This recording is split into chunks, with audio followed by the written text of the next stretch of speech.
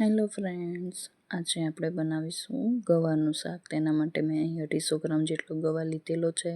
તેના આપણે નાના નાના ટુકડા કરી લેવાના છે. ત્યાર પછી એક કુકરમાં 2 ચમચા જેટલું તેલ ઉમેરી તેલ ગરમ થઈ જાય ત્યાર પછી તેમાં થોડોક અજમો, થોડીક સૂકી મેથી, હિંગ, લસણ, હળદર, ધાણા જીરું પાવડર ઉમેરી તેમાં સમારેલો ગવાર ઉમેરવાનો છે.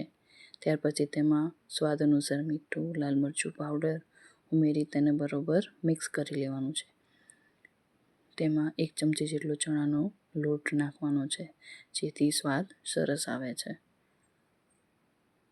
હવે તેમાં થોડોક ગોળ ઉમેરવાનો છે અને થોડુંક તો પહેલાં પાણી ઉમેરી બધું સરસ રીતે મિક્સ કરી લેવાનું છે. તમે જોઈ શકો છો.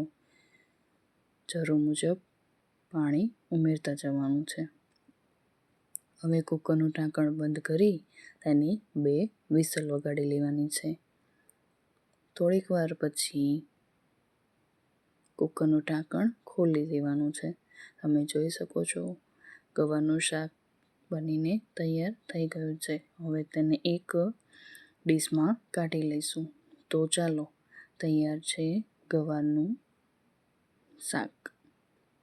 તમે જોઈ શકો છો.